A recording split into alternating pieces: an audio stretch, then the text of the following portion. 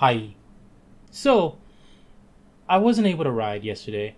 Or it doesn't look like I'm able to ride today, in fact, because the weather's just real bad. It's really, really, really windy. And yesterday it got pretty bad, but then it calmed down, and it calmed down pretty late when I just didn't want to go. Wind, allergies. And then today's just, it doesn't look like it's happening. So I need to do something else. I need to find something to do on days that the weather's just bad. I know a lot of people do Q&As. I'm not really one for Q&As. I'd rather just tell you, which I'm sort of going to do. But maybe in the future I'll do a Q&A. Not right now. In the future. You never know. But I do know someone who did do a Q&A. A little dude named Moses. He rides at the skate park at Carolina a lot.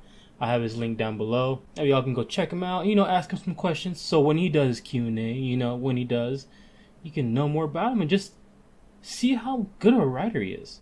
Also, I changed the banner on my YouTube channel so it looks all nice and fancy.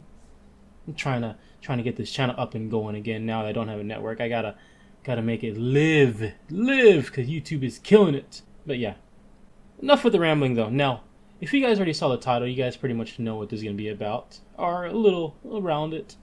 This is gonna be, why I want to do Barspins. Yeah, why I want to do Barspins. Now, I'm not going to make this into a big rambling video because I do ramble a lot.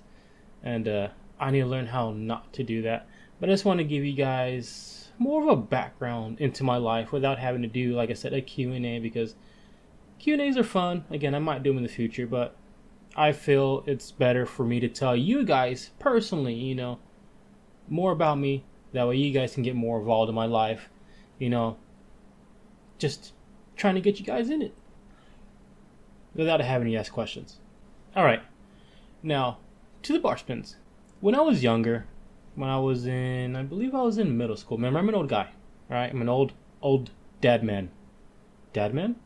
But yeah, when I was younger, in about middle school, I had a yellow Huffy Deluxe, and I really liked that bike. And that was when I actually started getting into BMX bike. Well, BMX, riding, biking, whatever you want to call it. And there was this group of people that I used to ride with, and they're still really good friends. And there was one dude there, right? And his name is Steve. And as we were riding, he was trying Barspins. And I saw them, I was like, oh, that is pretty cool. That is really, really, really cool. Because it's the only time you saw Barspins back in that time. I believe it was, 98? I believe it was 98. Around that time, the only time you saw Barspins was usually on dirt, or like on the Gravity games or X games whenever they were showing. So seeing someone do them out like in person, you're like, oh my god, that's so cool, I want to do that. But I didn't though. So that was like my first experience, like just seeing the Barspins. Now, back around that time when our bikes weighed, I think our bikes weighed like 40 to almost 60 pounds. Bikes were heavy, but we were all muscular. But yeah, back in that time, our seats were a lot fatter. They were big old rocket seats. And I had a Dave Mara Pro seat. I remember I bought that seat off, I believe Frankfurt. But yeah, I bought that seat. And what we would do is we would have our seats as high as the crossbar. Nowadays, people have them way lower. So if you think about it, it would be, even though our handlebars are smaller, it would be about a good 2 fists, even a little more than 2 fists of seat post. So our seats were really high, but it made it a lot easier. And I was saying that since I had my seat high at that time, I wanted to do just tricks using the seat besides flatland. And one of the main things that, of course, everybody did was pull-up bars. Everybody did pull-up bars. I did pull-up bars back then too, but I wanted to step it up. So instead of doing pull-up bars, I would actually hop suicide. Like down curbs and whatnot. It'd be like hop suicide. And I got really good at suicides. Eventually, I took the suicides to a high school that was in front of my middle school at that time. And that was Isleta High School. And they had this stair set. I don't remember how many stairs it was. I think it was maybe like 10 or 12 stairs. But we used to like jump off it. It hurt like hell though, but we used to jump off them. The run up to the stair set is like super small. It's maybe like 2 cranks. and then we would just gap it and like just hopefully land it or not. Our case, of course. But I used to ride alone, so I used to go there a lot. You know, it was one of the closest things. There wasn't skate parks around back then. It was pretty much whatever you could find and ride. That would be your spot. So I would go to there a lot. And when I got real good at suicides, and I got real good at gapping down the stairs, I went for it. I went and I set my hands up, bah! And I suicide the stairs. And I was like, oh my god, that was so cool. That was simple. But it also was simple because, remember, your seat's really high. If you pinch your legs, you know, your bike doesn't twitch. So it was real simple. Well, anyway, I kept doing it and doing it and doing it. And then I went back the next day and, of course, suicide. But when I went for my second time, I went and I set my hands out. And I guess when I set my hands out, I flicked the bar. But I didn't mean to, right? I just set my hands out and it just happened. So as I'm coming down, I see my bar spin and I stop. And it was like the slowest moment. And I saw the bar spin. I was like, either I catch it or is it going to hurt like hell? So, of course, I'm going to catch it. You know, I'm going to try to catch it. So as the bar was spinning, it smacked my hand. And then I was like, oh my god, I just caught a bar. And then boom, I landed. But midway, I was like, it's going to happen. It's going to happen. So as I landed, I stopped. And I was like, did I just bar spin? Did this just really happen? You know, saying that I saw my friend Steve bar spin. It was the first time I ever seen a bar, you know, in real life. And someone do it besides in a competition or, you know, or in a trail set. I was like, oh my god, I just did it. So, of course, being at the age I went for it again. But this time, it was intentionally. So I went up to the stair step, threw the bar, caught it. But the bar landed halfway, though. So the half bar. But when I caught it, I was like, you know what?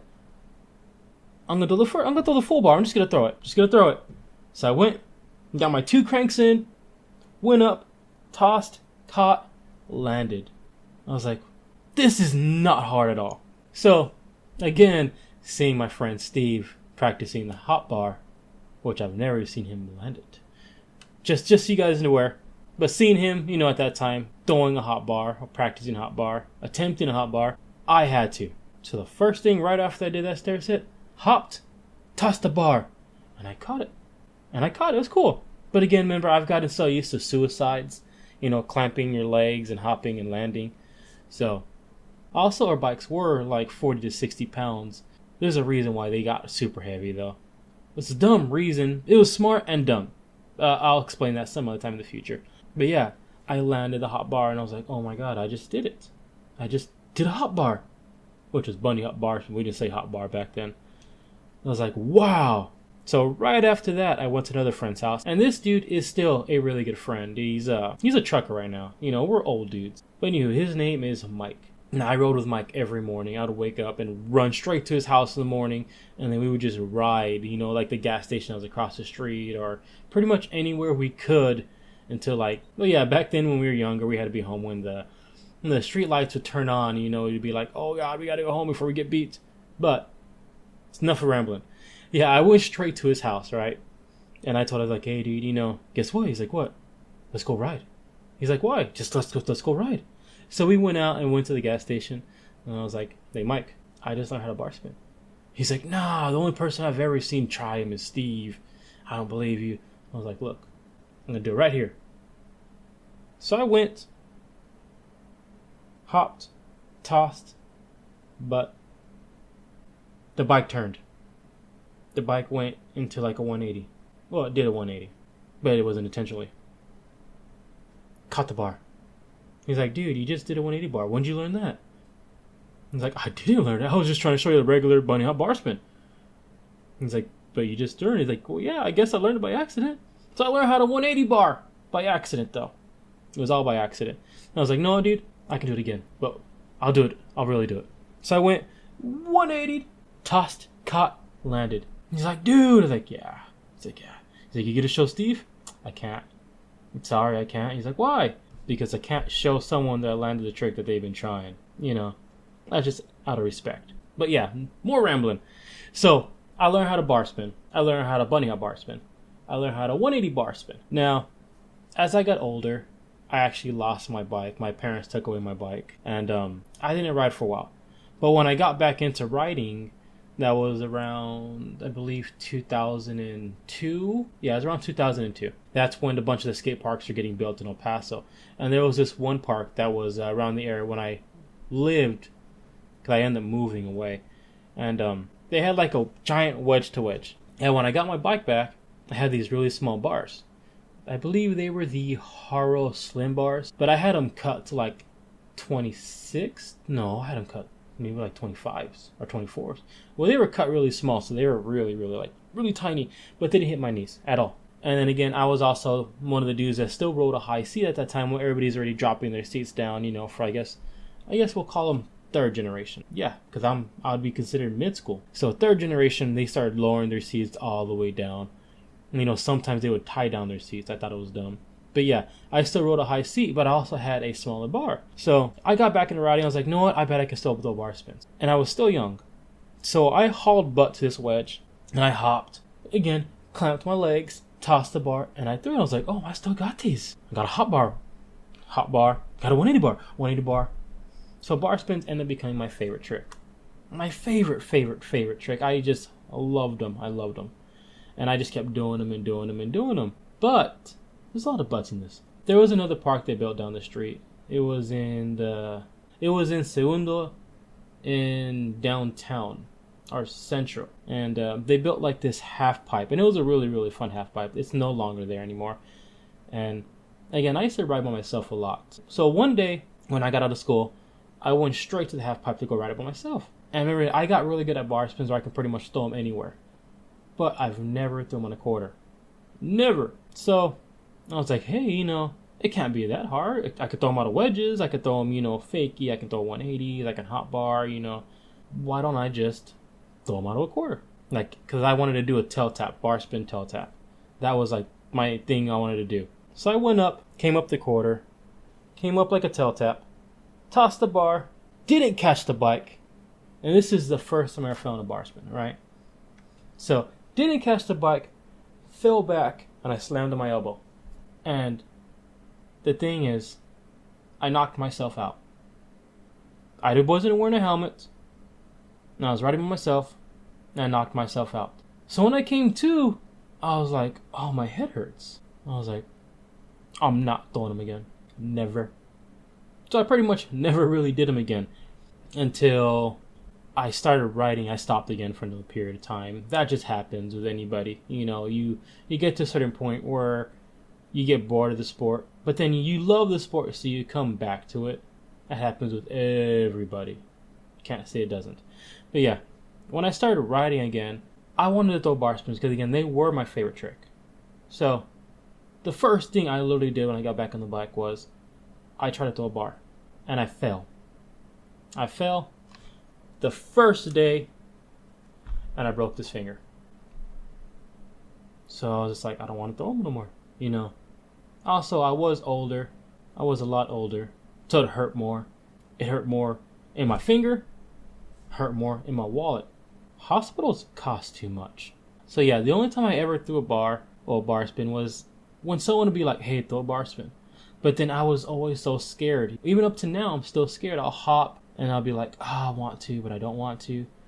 Like, I think about, you know, falling, you know, on my elbow or my back, my head, and knock myself out. It can happen. Especially because I don't know how to bus drive like a lot of these newer dudes throw bar spins. They literally, you don't see their hand. Like, if you take a video and stop the frame, you'll still see their hand halfway on the bar, you know.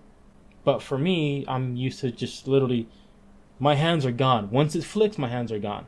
So when I fall, the bike's going to shoot out forward and I'm going to fall backwards. Saying that, I've had that in my head the whole time of falling like that. And every time someone tells me to throw a bar spin, I'll hop, and in my head I'm like, man, I don't want to fall. I just don't want to fall. I just don't want to fall. Because it sucks when you knock yourself out. You're a Kato yourself. It sucks. So I always think about it, and I'll pre-hop, and then I'll pre-hop, and then I'll hop. I've gotten a lot better, though, because I'm trying to get over that fear. I have been falling a lot more, too. I'm sort of relearning a way of falling, I guess. Now, if you guys look at the videos, when I toss the bar, I'll catch, and I'll sort of like jump off the bike, so where the bike's shooting out of me, but I'll still have it in my hand.